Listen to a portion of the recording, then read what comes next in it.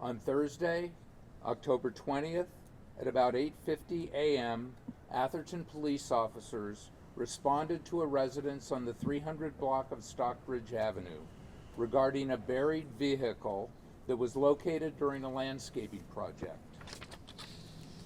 Due to the unknown nature of why the vehicle was buried, cadaver dogs were called to the scene. The cadaver dogs made a slight notification of possible human remains. The San Mateo Crime Lab was contacted because of that, and they sent technicians to assist with excavating the vehicle. At about 10 p.m. on October 20th, the crime scene technicians stopped work for the night. They resumed work at 8 a.m. this morning, October 21st, and they resumed examining the vehicle. The majority of the passenger compartment of the vehicle has been excavated. On October 21st at about 11 a.m. this morning, a cadaver dog was brought back to the scene. The cadaver dog again made a slight notification of human remains. Excavation is ongoing at this time, and no human remains have been found. The vehicle was possibly buried sometime in the 1990s and was buried approximately 4 to 6 feet underground. There were unused bags of cement found throughout the vehicle. The vehicle is a Mercedes-Benz that was reported to be stolen to the Palo Alto Police Department in September 1992. The possible owner of the vehicle is believed to be deceased. We are waiting for DMV records to confirm that, and they are being retrieved from DMV archives. The vehicle was buried before the current homeowner of that residence occupied the home. The motive and circumstances surrounding this incident are under investigation. I will now introduce Commander Darn Larson to answer any questions. Thank you, Mayor. Good afternoon, everyone. My name is Dan Larson. I'm the Commander and Public Information Officer for the Atherton Police Department. At this time, we would like to open it up for question and answer. And does anyone have any questions? Yes. Was there a vacant period of time when the former homeowner and the current homeowner, was there a period of vacancy, and how long was that period? I don't know in terms of if there was a period of vacancy. I know that the home did change hands probably 2 to 3 times before the current owner took possession of the property since 1992. There's been a lot written about Johnny Liu. Do you have the period who was convicted of murder and was overturned, and then he was convicted of insurance fraud having to do with a yacht, not a car, but anyway, do you have any information on exactly when he owned this home, and does it fit into that period of the 90s? We are still digging through our records, and one of the things we're waiting on is DMV confirmation. We have heard that name come up, but we have not confirmed through our sources that he in fact owned that vehicle through the DMV. So at this time, we're waiting for that confirmation to release any further information regarding who might have owned the vehicle. But do you know when he owned the property? I don't have that information now. Can you clarify, please? Purchase of the home or the building of the home apparently in the 1990s could have part of been buried at the same time the house was constructed. From some of the records that we were able to pull, it looks like that home was possibly built sometime around the 1980s is our estimation at this time. Commander, could you please clarify again, can you share any information about this discovery that might be connected to the prior owner's criminal past? At this time, because we still don't know what kind of investigation we're conducting, we don't know if this is going to be a criminal investigation or if this will be a non-criminal investigation. So at this time, we're not prepared to release that information. What Have you about slight excavated the trunk? notification of criminal remains? What is slight notification? You've gotten 2 slight notifications of remains. What does that mean versus what's the scale? So my understanding is when the canines they're made to react to something, and when they get that reaction, they do what they're trained to do.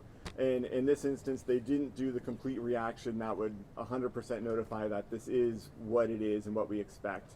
And I've done a few questions with some different canine officers, and what they've said is it could be human remains, they could be reacting to blood, they could be reacting to old bones, they could be acting to human vomit. It could be any one of those combinations of things that the dogs are reacting to.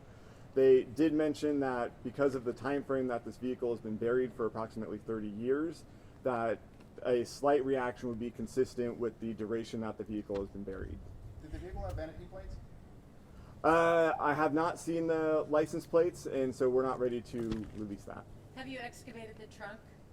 We were able to open up the trunk, and there were bags of concrete within the trunk, and the vehicle is a convertible, and so the top was off of the convertible, and kind of the top was inside of that trunk area, so there wasn't a whole lot of space for anything in there. So essentially, someone has been through the car and there's no obvious sign of any body or bones. We have not made it completely through the car. The car is still surrounded by dirt, and the excavation is ongoing.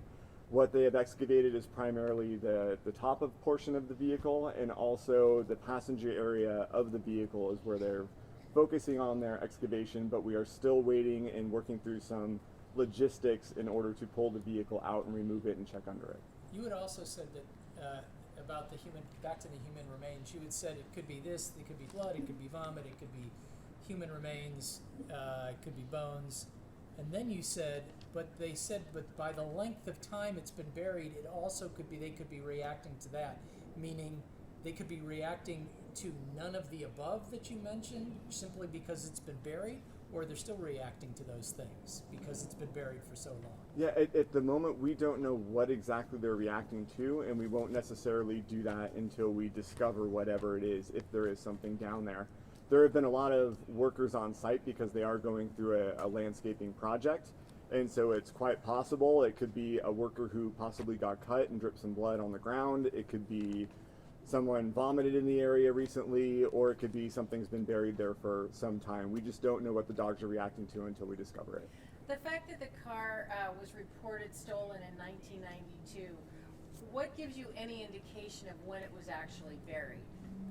We are estimating that off of the stolen vehicle time frame.